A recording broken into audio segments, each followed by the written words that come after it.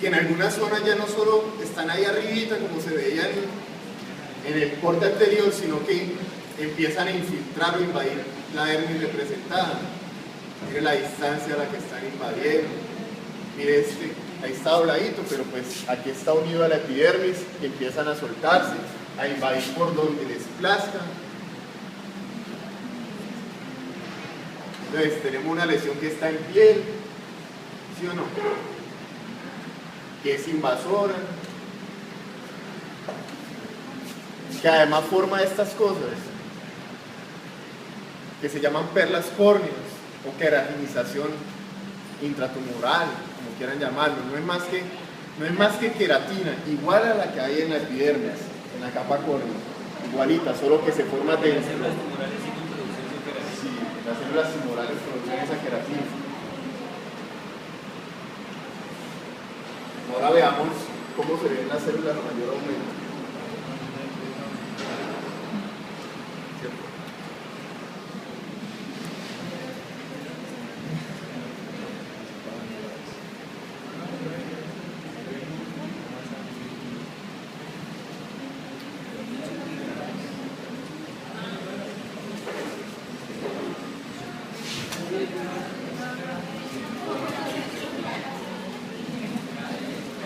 Entonces, mira, los focos de queratinización son bastante grandes en algunas zonas, varían de tamaño, todos estos son nidos de células tumorales.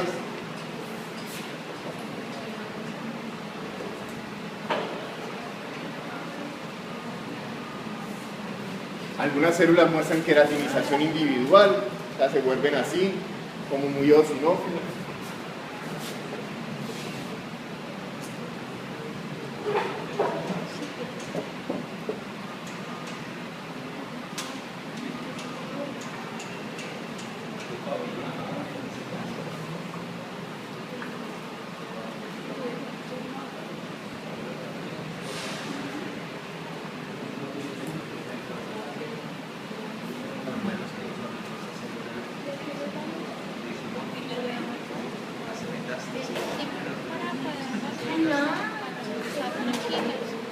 Y si uno se pone a mirar o a detallar la morfología de las células, presentan diferentes tamaños, sus núcleos son irregulares, o sea, tienen pleomorfismo. Algunos de ellos son más oscuros del usual, a eso hablan con hipercromatismo. Esta sería una mitosis normal, pero esta sí definitivamente es una mitosis atípica. ¿Sí? Pues por eso les decía, en algunos momentos ve uno mitosis normales, en otros ve mitosis atípicas. Las células conservan ese citoplasma eosinófilo que las relaciona con las células de origen. Y bueno, con esas características, ¿qué nombre le pondrían entonces?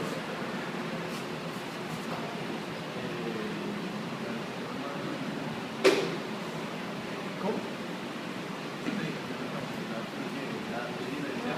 Eso. Sí, es que es fácil. Se llama carcinoma porque deriva de un epitelio. ¿Sí?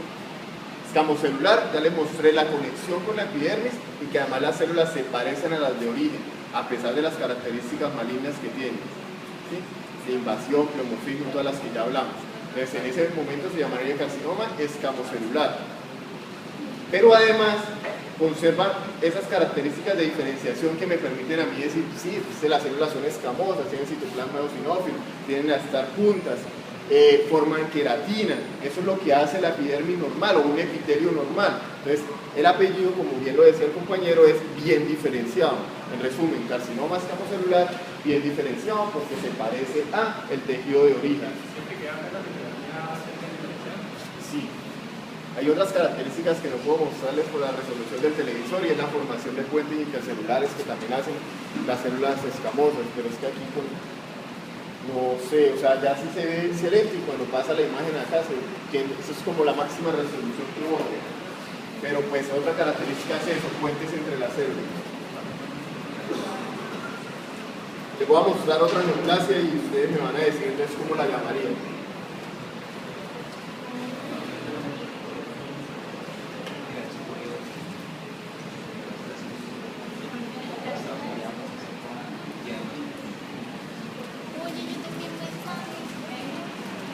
Facebook.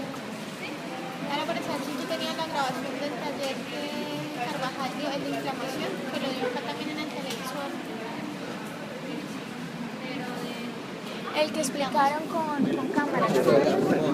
Pues mira, esta es una neoplasia en otro órgano. Aquí no les puedo mostrar lo normal porque la masa, silencio por favor, la masa que llegó para estudio en el laboratorio sí solamente tenía la lesión como tal, pero les puedo adelantar que es una masa en un pulmón.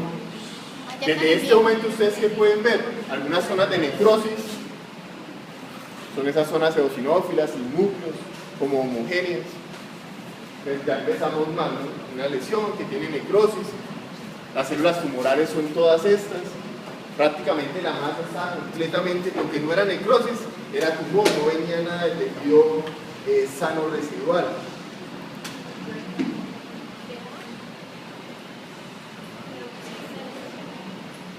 A menor aumento, mira cómo se ve la neoplasia. Todo estaba invadiendo. Desde este momento ustedes pueden notar que las células tienen esa característica de la que hablábamos ahorita, que es el hipercromatismo. O sea, se ve el núcleo muy oscuro.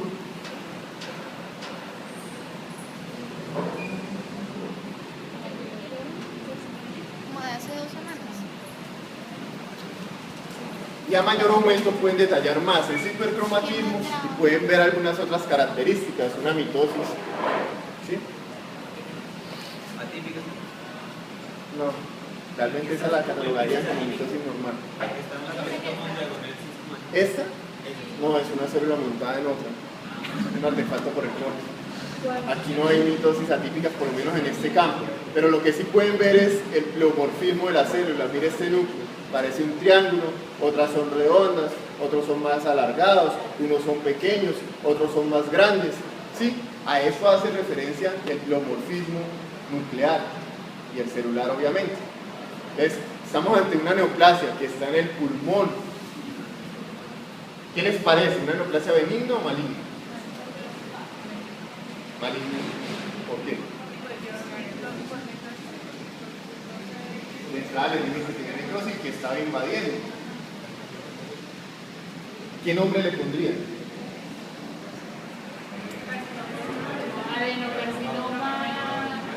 Adenoma bronquial, carcinoma, ¿qué otro nombre? Adenocarcinoma broncogénico, ¿qué otro nombre?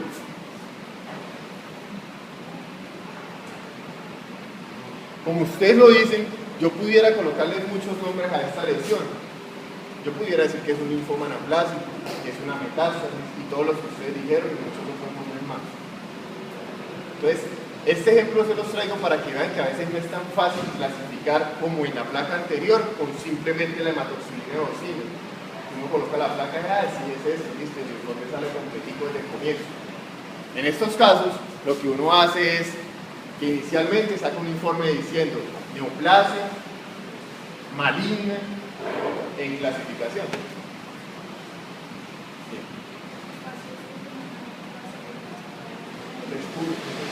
Los espacios que se encuentran entre las células parecen referencia a la.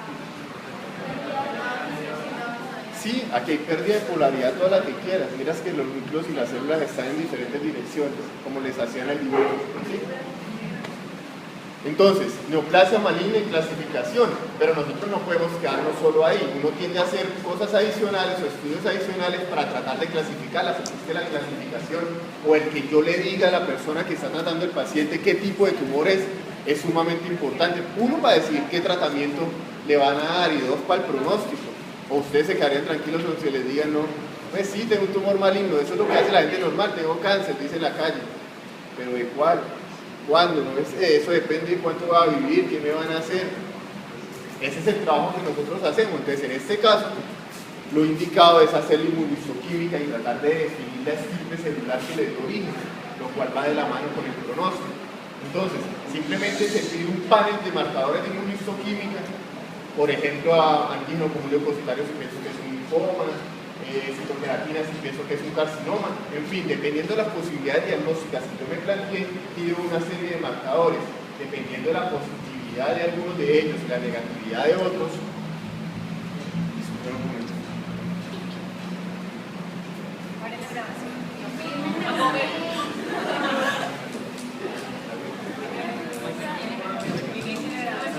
dependiendo de qué marca tú lo clasificas. En este caso en particular, la marcación se una parasitoqueratinas. Entonces el tumor se llama carcinoma, porque marcó parasitoqueratinas, ya dejo de lado el resto, ¿cierto?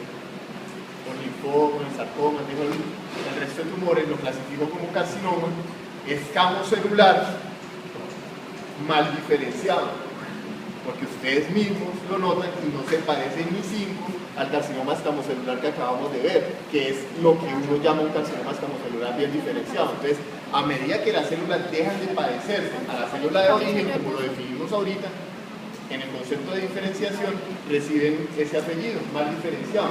Obviamente tienen peor pronóstico en cuanto a su comportamiento. ¿Sí?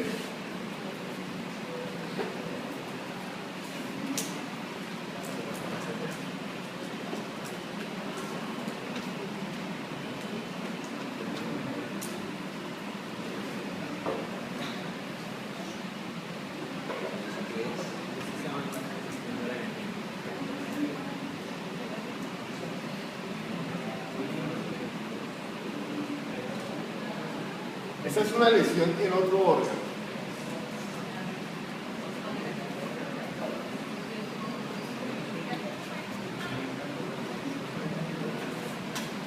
Es una biopsia de una lesión del colon.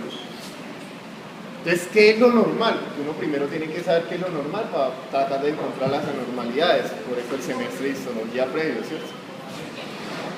Entonces, lo normal de ese epitelio que recubre la mucosa del colon es que las células sean cilíndricas, los núcleos tiendan a localizarse basalmente y sean muy regulares en cuanto a su ubicación, o sea, todos están basalmente, más o menos tienen el mismo tamaño, siguen como esa filita, ¿sí? Estas son células caliciformes.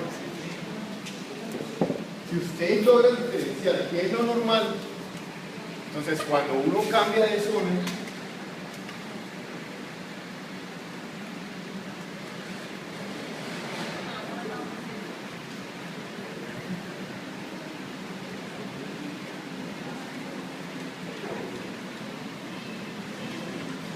pueden saber y darse cuenta, sin lugar a dudas, que esto ya no es ni parecido a lo que les estaba mostrando ahorita. ¿Por qué? Si ustedes se ponen a mirar, no todas las células están en la capa basal. Mira algunos núcleos donde están metidos. Esta es la porción luminal. El número de células caliciformes tiende a disminuir. Empiezan a aparecer, esto es una mitosis, allá se ve claramente, aquí no es tan clara por la resolución del televisor, pero mitosis en la parte superior. Los núcleos son de diferentes tamaños, algunos más redondos, algunos más alargados, algunos más pequeños, algunos más grandes. Entonces, ustedes miran la porción que vimos ahorita y miran esto y dicen, no, aquí pasa algo. ¿Qué es lo que pasa? Que hay displasia. Hay crecimiento de algunas células desorganizadas, empiezan a irse hacia la luz, mitosis donde no deberían haber, pero si ustedes lo miran, la mayoría de las células, a pesar de tener variaciones en el núcleo, siguen estando de manera basal. Entonces, por eso les decía, hay una clasificación de displasia dependiendo del órgano. En este tipo de biopsia se clasifica por displasia de bajo grado o displasia de alto grado.